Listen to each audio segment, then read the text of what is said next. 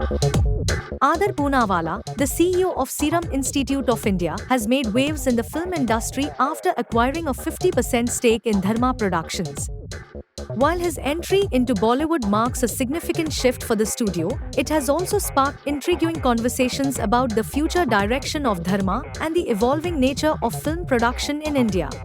In a recent interview, Poonawalla clarified that Karan Johar would remain the creative boss at Dharma Productions. One of our understandings was that Karan will have full creative freedom, Poonawalla stated. However, he added that he might offer creative suggestions from time to time, signaling his involvement in shaping the studio's future, albeit with respect for Johar's leadership.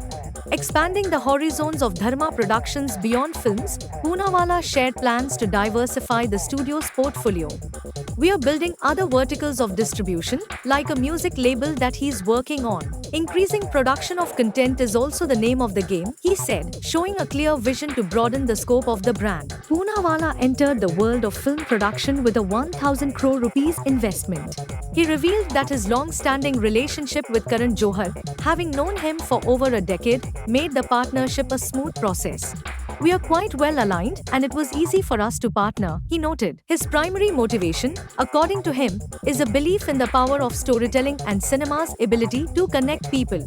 The reason I did it was that I felt our ability to tell stories, to show the world what's happening in our nation, and bringing to light what would have been missed, he's very good at doing that, Poonawalla said, referring to Johar's talent for highlighting emotional and relatable themes, particularly in family and romance.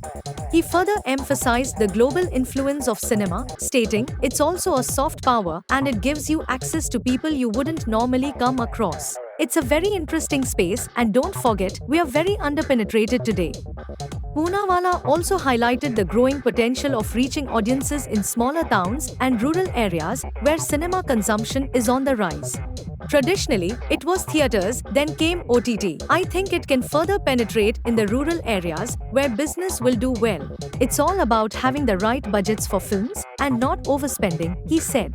Interestingly, Karan Johar recently spoke about the trend of producers copying successful formulas rather than offering original ideas.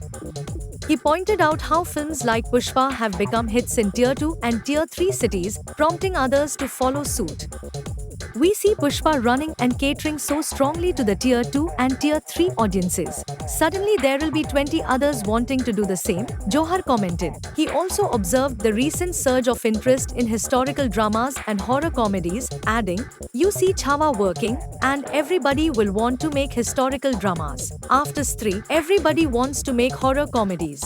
Dharma Productions thrives by keeping creativity at the heart of its operations, while also reaching new audiences and keeping a firm hold on production budgets. The future looks promising for Dharma as they navigate this exciting phase of growth and diversification.